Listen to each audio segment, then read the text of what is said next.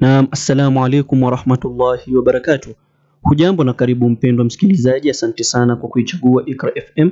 Asante sana kwa kuichagua idhaa iliyo tofauti, idhaa inayokupenda kwa ajili ya Allah subhanahu wa ta'ala. Ikiwa leo tarehe 18 mwezi wa 3 mwaka 2025, karibu sana katika kipindi cha Salam Masal Khairi, ambapo kwamba hapa tunasalimiana ndugu jamaa marafiki, na pia sitoshe tunatoa ujumbe kwa umma ili tuweze kunufaishana, tuweze kunasihiana. Ala kulli hali tumefungua simu zetu ndani ya 0727444454 au 0738648881. Kumbuka hiki ni kipindi cha Salam Masal Khairi ambapo kwamba kinapelekwa na Khamis Abdallah na Samir Hassan. Ikiwa mimi niko hapa studioni, siko peke yangu. Naam, msikilizaji kokote ulipo, nasema shukran sana. Najua mwanzo kabisa ndio umeanza kuitegea idhaa ina tofauti 95.0 ndani nyumba, ikiwa tumejaajaa, tumeabiri meli kwa kishindo Samir. Na tumeabiri meli hii kuhakikisha kwamba wewe msikilizaji mambo yako yanakwendea sawa kama sahani na kawa. Kuna baadhi ya wasomi wa tasnia mbalimbali za Kiswahili wanasema kwamba fukara hashauriki, maskini hana kiapo. Fukara nini? Hashauriki. Fukara hashauriki, maskini hana kiapo. Kwa nini nasema jambo kama hili? Hii ni kwamba siku zote tusidharauliane. Tuwe ni wenye kusahabiana kwa kila jambo. Yaani kila mtu amheshimu mwenzako kwa haiba fulani. Sababu tunaamini hata huyu maskini leo kisha anaweza kuja akawa mtu fulani katika haya maisha. Lakini ala kulli hali, kipindi cha Masal Khairi, kumbuka tunakupatia fursa wewe msikilizaji utuambie kwamba ungependa kumsalimia nani, ukiwa wapi, lakini ala kulli hali kwa ujumla utuambie ujumbe wako kwa wanajamii kwa ujumla ni gani.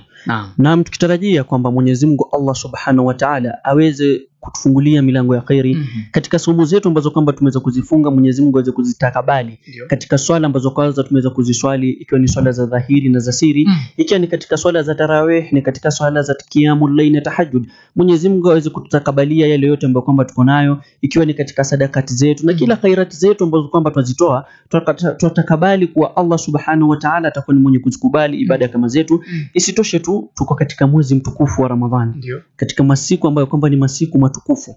Ala kulli hali msikilizaji, tuko katika siku ambayo kwamba ni katika siku bora katika historia ya Uislamu. Leo ikiwa tarehe 17 mwezi wa Ramadhani. Khamis Abdallah, una nini kuambia msikilizaji siku kama hii leo? Allahu akbar, Allahu akbar. Nafikiri ni miongoni mwa siku nzito sana, miongoni mwa siku ambazo kwamba Allah Mwenyezi Subhanahu wa Ta'ala ni siku ambazo kwamba anajua alichokileta kwa waja wake, anajua alichokileta kwa waumini wa Kiislamu, hususan umma ambao kwamba ulikuwa unaongozwa na Bwana Mtume Muhammad sallallahu alaihi wasallam. Kwa wakati huo watu walipitia mambo magumu sana. Nafikiri kwa ujumla itakuwa msikilizaji amenelea tunaongelea kisa cha Badri, Ahlul Badri kama wanavyoitwa wenyewe, miongoni mwa waumini ambao kwamba walipitia makubwa. Lakini ala kuli hali nafikiri Samir Hassan kwa upeo mdogo wa elimu ambao kwamba Allah Subhanahu wa Ta'ala ameweza kutuwezesha kwa hichi kipindi kizima leo cha Masal Khairi, tungependa tumpeleke msikilizaji pole aweze kuelewa kipi kilitokea, kipi kilijiri, yapi ambapo kwamba yalitokea, kulikuwa na nini, labda kulikuwa na songo mbingo gani, kulikuwa na sitofahamu gani kati ya Waislamu na makafiri, kuhakikisha kwamba ama kupelekea kwamba kuna msikilizaji mpaka kisa cha Badri katokea, ma Ahlul Badri wakaitwa Ahlul Badri. Nafikiri hiyo ndio jambo kwamba la msingi ambao tuliangalie kwa makini zaidi. Na isitoshe tu kuna mafunzo mengi tutarajia utaweza kujifunza katika visa kama hivi. Isitoshe lao vile vita vya Badri Waislamu wangeweza kushindwa, tudhani kama sisi sasa hivi tungekuwa Waislamu. Sidhani kama hivi ningeitwa Samir Hassan, sidhani kama wewe ungekuwa ni Khamis Abdallah. Kwa hivyo ni jambo la kujivunia, ni jambo la kwa sisi tofauti kuwe nalo kama Waislamu. Isitoshe pia wewe kama muumini wa dini kama hii ya Kiislamu, msikilizaji ambaye kwamba unanisikiza sasa hivi, unafaa kuna swali moja wafaa kujiuliza: ikiwa wale waliweza kupigana kihali, kimali, kila kitu kwa ajili ya dini kama hii, je, wewe ambaye kwamba unaishi sasa hivi umetoa nini kwa ajili ya Allah Subhanahu wa Ta'ala? Lipi ambalo kwamba umeweza kulifanya ukaona kwamba pia na mimi hapa nimetia mchango katika dini kama hii? Ama je, wewe ni yule ambaye kwamba waibadilisha ama udhalilisha dini kama hii na kuiweka dini kama hii iwe sawa? Je, tufuata sheria ambazo kwamba ziko ndani yake? Ikiwa wewe ni mwanamke ambaye kwamba mwambie ujistiri, mbona sasa hivi vai hijab? Hayo ndio maswali ambayo kwamba utakana kujiuliza. Ikiwa wewe Muislamu mwambie swali tu swala 5, lakini mbona hutaki kuswali? Ambapo kwamba dini kama hii watu walitoa jasho, watu walitoa damu, watu walitoa mali yao, lakini ala kulli hali mwisho wa siku matunda yake tunaweza kuyaona sasa hivi. Sasa wewe kama ambaye kwamba unatarajia kesho siku ya kiyama uwe pia ni miongoni wa wale ambao kwamba waliweza kujitolea mahanga, pia wewe sasa hivi fanya jambo ambalo kwamba utaliona ni sawa sawa na wewe. Usiwe ni mtu ambaye kwamba rakaa 2 tu za tarawih za kushinda. Kuna watu walisimama usiku sana miguu watu waliomba sana. Kuna watu walitoa mali yao wakabaki hawana lolote kwa ajili ya Allah subhanahu wa ta'ala. Je, sisi tumetoa nini kuhakikisha tunaona dini ya Uislamu yaenda mbele? Tumeona nini kwamba tumefanya lipi kuangalia vijana umma wa kisasa wanaenda mbali? Tumewasaidia na lipi? Kwa sababu wale ambao kwamba waliweza kupigana katika vita kama hivyo ni vijana kama sisi ambao kwamba tuko sasa hivi, waliweza kutoa mambo kadha wa kadha, walikuwa na ushujaa, walikuwa ni watu ambao kwamba hawakuangalia nyuma, walikuwa na kila kitu ambacho kwamba wangeliacha, lakini walisema la, tutashikana na bwana mtume Muhammad sallallahu alaihi wasallam na tutafika mbele. Sasa kuna vitu ambavyo kwamba tutatakana tujifunze katika kisa kama hiki, kwa sababu ni kisa kila mwaka ndio chatolewa misikitini, katika maholi, pale popote kule, lakini je, tupata maagizo gani? Tupata, yani tufungamana na yapi? Kwa sababu ukiangalia ni jambo ambalo kwamba tutakana sisi tuliweke wazi. Kuna vitu ambavyo kwamba viliweza kutokea katika vita kama vile ambavyo kwamba ni vita vilitokea baina ya Waislamu na wale ambao kwamba ni washirikina, ambao kwamba ni vita ambavyo kwamba ndio vilikuwa vita vya kwanza katika tarehe 17 mwezi wa Ramadhan mwaka wa pili katika Hijria. Lakini ala kulli hali Waislamu kama wale waliweza kushikamana kwa idadi yao ndogo 313 kupigana na jeshi la watu 1000 ambao kwamba walikuwa na zana za vita za kikweli, wamejipanga kivizuri. Lakini kwa uongozi wa bwana mtume Muhammad sallallahu alaihi wasallam aliyemwenyeza kupanga vizuri, wewe simama hapa, wewe kuja hapa, wewe nenda pale, ninyi wengine msitoke pahala hapa, wakawa wenye kupata ushindi. Na ushindi kama ule ulikuwa ni ushindi mkubwa, ni ushindi ambao kwamba uliweka Uislamu mbele. Na hawakushinda tu hivi hivi, walisubiri, waliamini, walikuwa na itikadi nzuri, na walionyesha kwamba kweli wana ile tawakkul ala Allah, wana ile kucha Mungu. Ndio ile unaonyesha kwamba katika safari kama hii kuna mambo mengi ya kujifunza. Kwanza muamini Allah subhanahu wa ta'ala. Ikiwa pengine una matatizo yako, una mambo ambayo kwamba unaona hayawezi fanyika, amini kwamba Mwenyezi Mungu atayafanya. Kwa hivyo alakule unamaanisha kwamba subra ni jambo la msingi sana liwepo kati hapa. Kuna subra kubwa sana. Na nafikiri kwa kuwa tunazidi kudurusa na kusongea Samiri, ningeomba nipatie nafasi. Sababu ni kipindi cha Masal Khair na sisi huwa kama watangazaji tunawashauri sana wasikilizaji wetu kuweza kuleta salamu zao, kumsalimia wale mpenda na pia asiyempenda. Lakini vivyo pia ujumbe wao kwa ujumla ni gani? Ningependa leo hii unipatie fursa ya kutoa salamu kwa mtu mmoja amenifurahisha sana mimi kama mwana michezo. Kuna kijana mmoja mitaa Dandora, mitaa Mabanda, wala nimeongea kwa hisia kubwa kwa jina la Mohamed Kore. Alislimu kijana huyo kwa kitwa Brian Kamau. Aliwahi mchezaji wa timu ya taifa Harambee Stars wa vijana usizidi miaka 17. Wala kijana alipiga penalti moja. Yaani penalti kwa wale ambao kwamba ni wafuatiliaji wa mchezo wa soka duniani. Inatukumbusha mwaka 1976 nyuma sana kwenye finali ya Czechoslovakia dhidi ya West Germany. Alipigwa penalti ya mwisho ya ushindi na fundi wa kabumbu yule, nafikiri wengi wanamfahamu, Antonin Panenka. Yaani hilo jina la hiyo penalti Panenka lilitoka kutokana na uzinduzi wa penalti iliyopigwa siku hiyo. Na kijana wale amenifurahisha sana, amepiga penalti hiyo. Yaani ni video ambayo imetrend sana mitandaoni na wapi, na nimeweza kuipata na nimefurahi sana. Hata pia nimeshare na moja mtangazaji wa Azam Media, Ali Salim. Nikamwambia Ali Salim, hebu angalia huyu kijana. Na nikamwambia Ali Salim, tuna haja sana ya kuhakikisha kwamba tunaangalia grassroots football. Nafikiri Samiri wengi tumetoka kwenye tough locations. Mitaa kama vile Dandora, Mathare, wapi, mitaa mingi ambayo kwamba ni mabanda. Kuna vijana wengi ambao kwamba mpira wanaofahamu vizuri sana. Kwa hivyo which means serikali kwa jumla na FKF kwa jumla inafaa iangalie sana. Sio, umenielewa Samiri? Iangalie sana grassroots football itasaidika vipi. Sababu mimi nina imani na naamini kwamba hata wachezaji tajika sasa hivi ambao kwamba ni wakubwa na wamefanya mambo mingi Europe, kina Michael Ogada Olunga, Victor Mugubi Wanyama, McDonald Mariga, kina Jamal Mohamed Malo walitoka chini. Kwa hivyo hatuwezi fika 100 kama hatujatoka moja. Yaani ninachomaanisha ni kwamba Samir, siku zote kesho bora inatengenezwa na jana. Kwa hivyo big shout out to my brother Kori, salamu na kutumia kokoto lipo ukiwa mitaa Dandora, tumefurahi sana. Hii inatuonyesha wazi kwamba talanta zipo Kenya. Talanta zipo Kenya, zipo East Africa, zipo Afrika. Instinct football ya hali ya juu. Yaani hata ukitazama ile penalty ndugu yangu ni aura kwa 100%. Kwa hivyo big shout out sana my brother Kori. I think you deserve the name Kori Panenka. Na mtukumbuke tuko katika kipindi cha Salamu Masal Khair, na nakupatia fursa ikiwa tumefungua nambari zetu za simu 0727444454 au 0738648881. Ikiwa una ujumbe wako katika siku kama hii tukufu, ikiwa una arafa ambayo kwamba unataka kuifikisha, ikiwa pia una ujumbe kwa umma, huu ndio wakati. Kipindi ni hiki kiko hivi sasa hivi hewani. Lakini tukiendelea katika maelezo ambayo kwamba tulikuwa tukielezea hapo kabla ya salamu kama zile ambazo kama umeweza kumfikishia kijana yule, ni kwamba subira huvuta ushindi. Hili ni jambo pia watu wanafaa kuinalo. Kuna msemo unasema kwamba hakuna ushindi bila vita. Lazima vita vifanyike, vita lazima viwe kabisa. Ni ile ambayo kwamba wanasema amani haiji bila ncha ya upanga. Naam.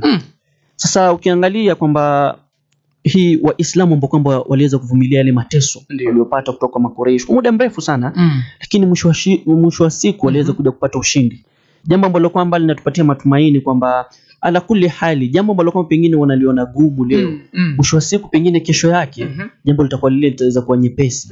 Tusiwe ni wenye kufa moyo, tusiwe ni kwenye kuona pengine tuna matatizo hapa na pale, misukosuko yenye ambayo kwamba inaweza kututoa katika mambo kadha wa kadha.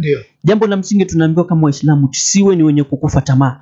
Sio pengine umeomba siku 2 unasema mimi wiki moja nimeswali tahajjud sijajibiwa dua yangu, mbona Mwenyezi Mungu anipi? La, kwa tuna subra. Tuna subra, tuzidi kuzidisha yale ambayo kwamba yanatakikana. Kwa hivyo ni ibada kwa kila muda, ni ibada kila wakati zidisha. Samir, nimekuwa na baadhi ya watu, nafikiri leo hii alhamdulillah kulli na watu ningependa Mwenyezi Mungu Subhanahu wa Ta'ala awakunjulie waumini vifua vyao. Wallahi vijana katika maskani tu hivi. Tulikuwa tunaongelea sana story ya Badr. Ilikuwa vipi na nini vitu kama hivyo. Na kuna mmoja kijana alisema kwamba vita vya Badr ni vita ambavyo kwamba vinatupatia uwepo wa kuonesha kwamba subra inatakiwa iwe hali ya juu. Sababu huwezi niambie 1000 people. 1000 people kwa watu 313, 313 people. Lakini angalia watu 313 inasemekana wao watu 313 walijitoa mahanga na kuhakikisha kwamba vita hivi vitapiganiwa na hakuna yote atakayerudi nyuma. Hilo ni jambo kubwa sana la msingi. Leo hii hata tukawa watu 20 wengine ni watu 50 tutakimbia. Sio, umeelewa? Lakini hii inatuonesha kwamba watu wana subra na watu wana imani sana kwamba subra ndio kila kitu. Kama Qur'an inavyotuelekeza, fasbir kama sabara ulul azmi min ar-rusul. Kwa kila jambo tuwe na subra. Kwa kila hatua tunayofanya katika maisha, tuamini kwamba Mungu atatuelekeza. Wenyewe nasema always God is in control. Always Allah is in control. Sijui unasemaje kuhusiana na kisa ambacho kwamba kina mingi ya kuzungumza katika kipindi kama hicho leo cha Masal Khairi. Katika mambo mengine ambayo kwamba tutakana sisi Waislamu tuchukue na tuige ni lile jambo la umoja ambalo kwamba uliona wale watu ambao kwamba waliweza kupigana vita kama vile walikuwa na umoja, walishikamana, na kwa sababu ile kushikamana kwao waliweza kupata ushindi. Hii inamaanisha katika mambo mengi sana, ikiwa tutataka tufanikiwe, ikiwa tutataka tuende mbele zaidi kama jamii, kama Waislamu, kama society ambayo kwamba tunataka tufike pahali ambapo kwamba tunatarajia, ni lazima tuwe na mshikamano mmoja, ni lazima tuwe na maazimio mamoja. Kwa sababu ukipata kwamba kila mtu akiwa na azma tofauti kwa jambo fulani, itakuwa hatusongi mbele bali tuarudi nyuma. Sasa jambo ambalo kwamba tufaa pia tuongeze ni kwamba tuzidi kuwa wavumilivu, tuzidi kuwa ni wenye subra, tuzidi ni kuwa kwenye tustahimili mambo. Na tuomba Allah Subhanahu wa Ta'ala tuweze kutukunjulia mioyo yetu ili tuweze kubeba na kustahimili mambo ambayo kwamba tuwezaona kwamba ni mazito, lakini kwa macho ya Allah Subhanahu wa Ta'ala yale mambo ni madogo sana. Ala kulli hali, msikilizaji, tuzidishe ibada katika mwezi kama huu. Allah Subhanahu wa Ta'ala anataka kuombwa. Allah Subhanahu wa Ta'ala anataka aendelezwe kutajwa. Kuna dua fulani ambayo kwamba Mtume Muhammad sallallahu alaihi wasallam aliweza kuitaja katika usiku kama ule kukaribia alfajiri yake katika kwenda vita vya Badr. Naam. Subhanallah bihamdi subhanallah bil azim. Nafikiri ilikuwa ni istighfar kubwa kwa Mtume sallallahu alaihi wasallam. Alikuwa akisema sana na wengi wanasema kwa kulingana na tarehe mbalimbali. Nimesikiza baadhi ya maratib mbalimbali hapa nchini Kenya na katika vita vya Badr vinavyoelezewa, wanasema kuna baadhi ya watu walikuwa walikesha usiku mzima. Na katika miongoni mwa sunna za kumuomba Mwenyezi Mungu dua ili dua itakabalike, huwa ni wingi, ni kuangalia juu, sunna kuangalia mawinguni na kidole kunyosha namna yani kumwashiria Allah Subhanahu wa Ta'ala, wewe ndio tunakutaka msamaha, wewe ndio tunakutaka ushinde kwa kila jambo. Kwa hivyo kuna baadhi ya watu walilia siku hii, walilia sana katika ushindi. Na kama tulivyotangulia kusema kwamba mara kwanza hakuna ushindi bila vita. Ile watu walifahamu, hakuna ushindi bila vita. Hakuna ushindi bila vita, ni maisha. Kwa hivyo kila unalofanya binadamu, najua kuna baadhi ya watu wamepitikiwa na haya. Nitakwambia story fupi Samir, na Mwenyezi Mungu atusamee kama tutakuwa tumekosea. Kuna baadhi ya kijana wameweza kupokea kesi yake juzi na majirani. Na ni kijana wa Kiislamu, lakini kwa sababu shida zilimsonga, mambo yalimsonga mingi ya maisha, familia na mambo mengi tu. Unajua maisha yakimsonga mtu akiwa depressed, akiwa kwenye depression na mambo mengi. Huyo kijana, believe me not, huyo kijana alienda kwa pastor kuombewa. Kijana wa Kiislamu, subhanallah. Subra imemshinda. Subra imemshinda jamani. Hebu tuangalie dini imekuja vipi. Dini haikuja kama pilau ama juisi kwetu. Dini imekuja na vita vikubwa sana. Dini imekuja na style nyingine ambayo kwamba lao watu wasingeshikamana na kuwa na umoja na kuamini kwamba Allah yupo na kuachilia mbali mambo ya kijahilia, basi ingekuwa paka leo watu wanahangaika. Lakini dini imekuja kutandawaza mambo mingi. Yule kijana wallahi subhanallah, Allah tusamee, kunradhi msikilizaji. Nasikia alienda kwa pastor kuombewa. Aliombewa kwa pastor yule kijana. jambo ambalo ni la kusikitisha na la kuvunja moyo kwamba kijana wa Kiislamu anashindwa kupata subra. Na once ukikosa subra Mwenyezi Mungu, basi ujue you are done. Kila kitu chako kimekwisha. Sio, tumeelewana ndugu yangu? Kila kitu chako kimekwisha. Naam. 0727444454 0738648881. Iqra FM. Hello.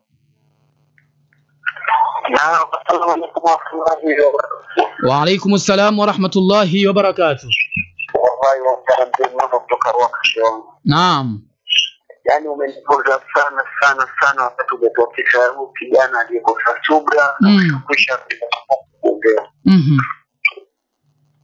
Na mwapata? Nakupata vyema ndugu yangu.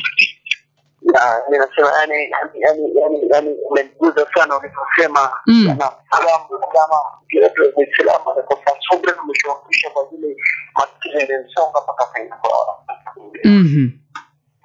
Hicho kisa nimekiona pia na kweli inakuwa sio vizuri na tunapokuwa na subra katika maisha kabisa. Ndio. Naam.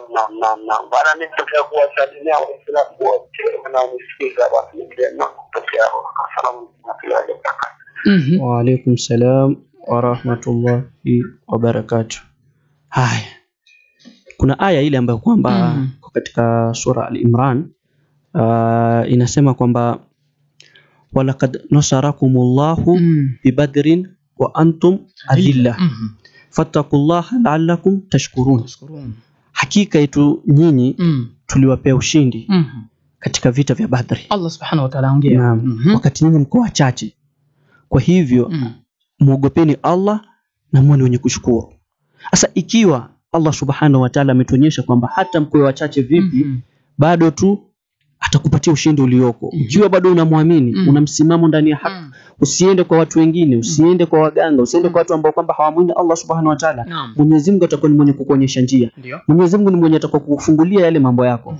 Ikiwa wewe pengine una shida ya rent, una shida ya futari, una shida ya fees, kuna wengine wana mashida makubwa lakini bado wana msimamo. Ikiwa wale ambao kwamba walikuwa zama hizo wakati wa kina Abu Jahal, wakati wa kina Abu Lahab, wakati wa kina Abu Sufyan, waliweza kustahimili matatizo ya mushrikina wakati huo, lakini bado wakakaa na kuweza kuamini mpaka sisi sasa hivi tukafikiwa na dini hii. Mbona sisi tusiwe ambao kwamba tuweza kusubiri ili kesho Allah subhanahu wa ta'ala apatane na sisi ikiwa ako na radhi na sisi. Sasa hivi sisi ambao kwamba tuko Waislamu tujiulize ibada zetu tuzipeleka namna gani? Waweza kuwa ndio wamuomba Allah subhanahu wa ta'ala uone hupati yale, lakini pengine hatuna tahara. Pengine sisi tuna najis, pengine sisi twala mali ambayo kwamba ni ya mayatima, twadhulumu watu, twala vitu ambavyo kwamba ni vya riba. Sasa tunakuwa tujilaumu kwa nini sisi hatuchukuliwi vitu vyetu, hatuombi, lakini mwisho wa siku pia sisi nafsi zetu tuna roho za ususuavu. 0727444454 Iqra FM. Hello. Assalamu alaykum Iqra FM. Wa alaykum assalam wa rahmatullahi wa barakatuh. Ni Isa kutoka Makongeni hapa Thika. Naam, Isa kutoka Makongeni Thika. Hali yenu kwa studio ndugu yangu? Alhamdulillah ndugu yetu. Mashaallah, Mwenyezi Mungu azidishie mema nyinyi wawili hapo kwa studio. Shukran sana nawe pia. Alhamdulillah niko salama, nashukuru Mungu pia. Salamu yangu kwanza iende nyinyi hapo kwa studio. Ndugu yangu Ibrahim akiwa Proyanso Makongeni. Ndugu yangu Hassan Muna akiwa hapa Makongeni. Ndio. Mama yetu mzazi Mama Muna akiwa hapa Makongeni.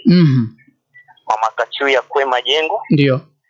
Mama Hamina kwa Del Monte. Mama Rayana kwa hapa Makongeni. Mama Khadija kwa hapa Makongeni. Ndugu yangu Halisuga kwa hapa Makongeni. Ndugu yangu Mamedur kiongozi wa gari hapa Makongeni Thika hapa Makongeni. Mtoto wangu Shamir na Nurdin. Ujumbe ndugu yangu na mzee Haburera, nisisahau mzee bwana. Mzee ukisahau mzee unajua unakosa thawabu. Wanasema jungu kuu alikosa ukoko. Ujumbe ndugu yangu tuzidi kutokesha kwa wingi na tutie ibada na tusome Qur'an. Tutafute muda kidogo ndugu yangu ya kusoma Qur'an kidogo ndani ya msikiti. Na tuombe wale wako hospitalini, wagonjwa wale hakuweza kufunga Ramadhani, Mungu awapatie nguvu na wafungulie njia ndugu yangu. Shukrani jazakallah. Assalamu alaykum wa rahmatullahi wa barakatuh. Katika vita kama hivi vya Badr ambao kwamba tunaviona, maadui 70 waliweza kuuawa. mateka 70 waliweza kuchukuliwa. Ndio. Na Waislamu walioaga ni 14. Lakini ukiangalia jambo ambalo kwamba tukaanza kujifunza hapo Uislamu ni ikiwa utakuwa na msimamo na Allah Subhanahu wa Ta'ala, ikiwa utakuwa ni wenye kumtegemea, usimtegemee binadamu. Binadamu wenyewe wana maudhi. Mwenyezi Mungu mwenyewe yasikitika akiona kwamba sisi hatumuombe yeye. Lakini binadamu yeye yatamani yeye usimuombe yeye. Angalia tofauti ya vitu hivi. Sasa sisi tutakikana tumuombe Allah Subhanahu wa Ta'ala na tumtegemee. Tuwe na subra. Ndio. Sio tu umeomba wiki moja, wiki mbili, mwezi mmoja, mwaka mmoja, unaona la Mwenyezi Mungu. Ndio. Unataka kwenda kwa watu wengine la. Tubaki katika msimamo, tuzidishe baada, tuzidishe toa, tuepuke katika mambo ambayo kwamba yatatutoa katika vitu ambavyo kwamba vitatuonyesha kwamba hatuko katika Allah Subhanahu wa Ta'ala. Tuache maasi, tuzidi katika kuendelea katika njia ambayo kwamba inastahiki. Tuzidishe ibada zetu, ikiwa ni swala zetu, ikiwa ni katika funga yetu. Je, tufunga vipi? Tufunga lakini bado tuko katika mambo ya masengenyo. Tufunga lakini tuko katika bado ya kuongea vibaya kuhusu wengine. Tupunguze vitu kama hivi. 0727444454 Iqra FM. Hello.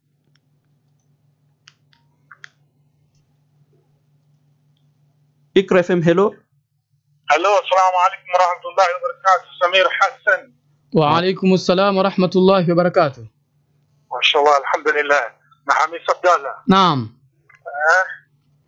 Hamjambo hapo? Alhamdulillah. Mashallah, nzuri wallahi kupata katika studio. Na mimi nafurahi sana kusikia kisa hicho mmekitoa. Mashallah, alhamdulillah, Mwenyezi Mungu azidishie kila kheri. Amin, amin rabbal alamin. Amin. Pia kurudisha shukrani nyingi sana kwa mafundisho yenu mazuri. Na kweli nyinyi ni wavuvi katika bahari la tsunami. Haya. Shukran sana. Naam. Wallahi alhamdulillah. Kwa kitu kimoja mimi nafurahi sana wallahi mmezungumzia na mmepita juu. Lakini kwa kitu kimoja kama vile ulivyozungumza na Alhamdulillah Samir. Kuwa na msimamo. Hawa maswahaba wa Mtume Muhammad sallallahu alaihi wasallam walikuwa na msimamo thabit ambayo ilikuwa imeingia ndani ya mioyo yao. Ndio. Na waliamini sawa sawa. Na ukifuata hicho kisa vizuri ukiangalia Mwenyezi Mungu anasema na nilizidisha nguvu ndani ya mioyo yao. Ushaona? Naam. Kwa hivyo unaangaliwa kwanza wewe kwanza ni kwanza binadamu kuikataza nafsi yako. Ndio. Kutokamana na yale ambayo ni maovu na machafu.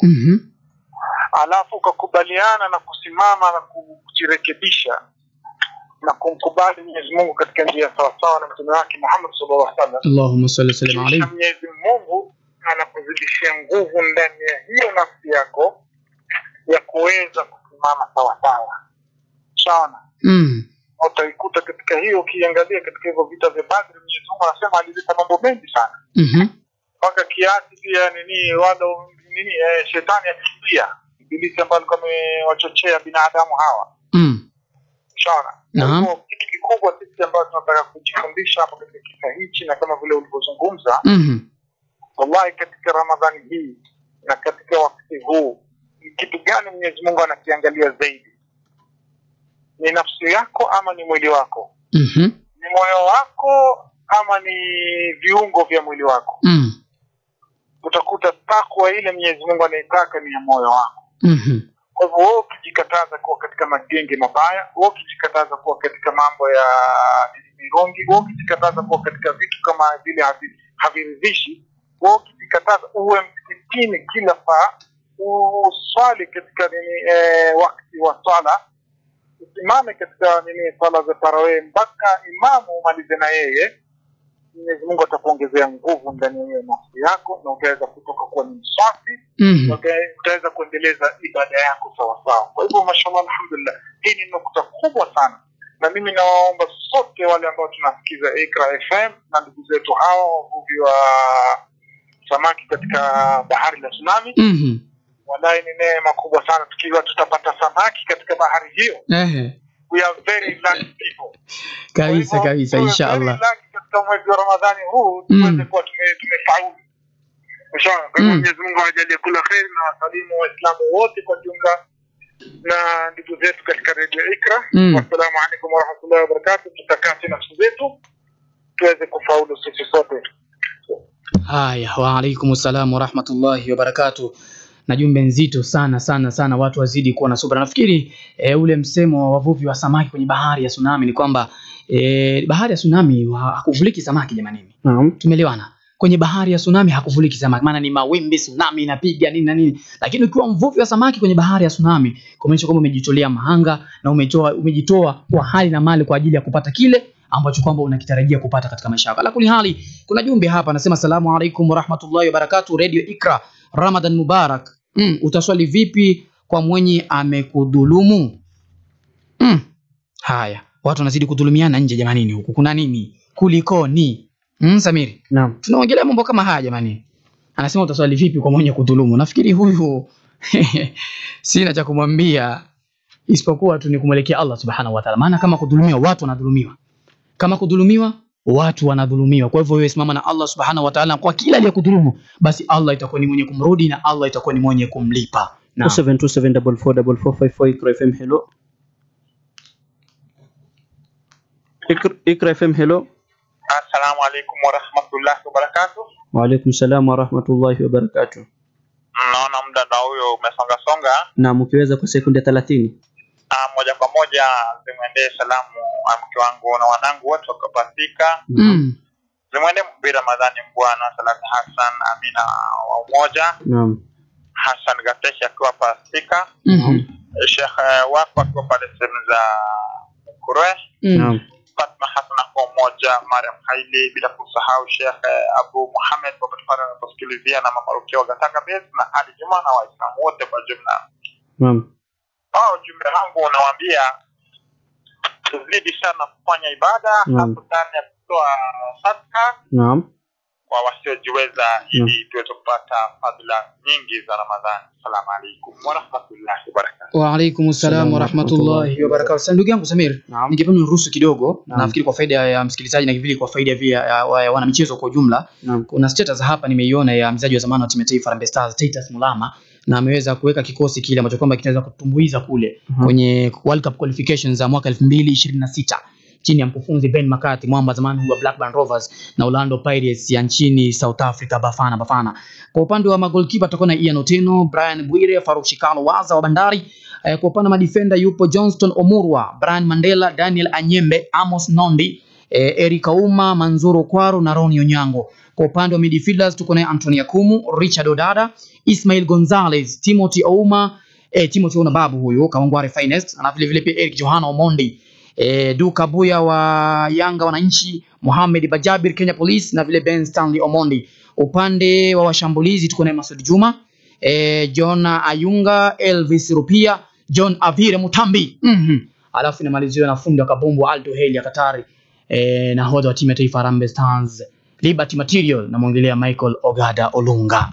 Na mtukimalizia niko na tu ujumbe wangu hapa mdogo kwa kwamba nilikuwa napenda kumpea msikilizaji. Nasema katika Badri pakawaka, vita vikaanza, wenye imani thabiti hawakutetemeka, malaika wakashuka, msaada wakatoa, kwa haki ikadhihiri, batili ikashindwa, Muhammad aliwaongoza kwa moyo wa dhati, waumini wakasimama kwa juhudi na sharti, kwa Allah wakategemea kwa silaha na haki, mshindi akawa kweli, Uislamu ukanawiri, kwa maji wakinyimwa, makafiri waliloa, viongozi wa upotofu kwa upanga wakaporomoka, ushindi ukang'ara, nuru ikatanda, Badri ukawa ushuhuda kwa nguvu ya imani. Masha Allah, barakallahu fiki. Shairi zito sana amelikariri ndugu yangu hapa Samir Hassan. Nafikiri nimeweza kugusa nyoyo za watu wengi. Ni simu moja mwisho kabla tujatoka. Ikra FM. Hello. Ikra FM. Hello. Assalamu alaykum wa rahmatullahi wa barakatuh. Wa alaykum assalam wa rahmatullahi wa barakatuh. Vipi hali? Alhamdulillah. Naam. Huyu ni Mama Kesabra. Naam, Mama Kesabra. Yasmin. Naam. Toka Kariobangi. Naam. Natumaini muda wa salamu. Naam. Ningependa kuwapa wenzangu salamu. Okay. Salamu zangu zifike kwenu kwanza nyinyi wana Ikra. Shukrani sana. Waislamu wote kwa jumla. Naam. Familia zangu. Naam. Wale wote, wale familia zangu za Dandora msikitini. Naam. Pia wote wapate salamu. Naam. Ujumbe ni kwamba naam, katika mwezi mtukufu wa Ramadhani, naam, tuzidishe ibada, tuweze kupendana, tujuliane hali. Naam. Na pia tusisahau kuendelea kusoma Qur'an. Naam. Na pia tusisahau wale ambao walituacha, tuweze kutembelea kaburi zao. Naam. Tuatilie pia dua. Naam. Alafu ningependa pia kusema hivi, Naam. wakati tutakapomaliza huu mwezi mtukufu wa Ramadhani, tusisahau ibada zetu. Sawa sawa. Shukrani. Haya. Shukrani sana. Naam. Hala kuli hali msikilizaji, naona muda umezidi kusonga, tunabudi kuchukua vigezo vyetu na kutanabahi katika sehemu kama hii na kutoka kabisa. Hala kuli hali sina mengi ya kusema isipokuwa niwashukuru ama nimshukuru msikilizaji ambaye ameweza kutegea leo hii idhaa ya Iqra FM na kuweza kuleta jumbe zake na kuweza kutupatia ujumbe vivyo kwa ujumla kwa wanajamii. Lakini vile vile pia niwashukuru sana ambao kwamba wameweza kutoa michango yao yote kwa ajili ya Mwenyezi Mungu Subhanahu wa Ta'ala. Kuli hali sina cha kusema isipokuwa ni kuachia wasia mmoja tu kwamba kesho bora inatengenezwa na jana. Mungu ibariki kazi mikono yetu, Mungu ibariki Kenya. Mijini na vijijini, habari imeshavuma.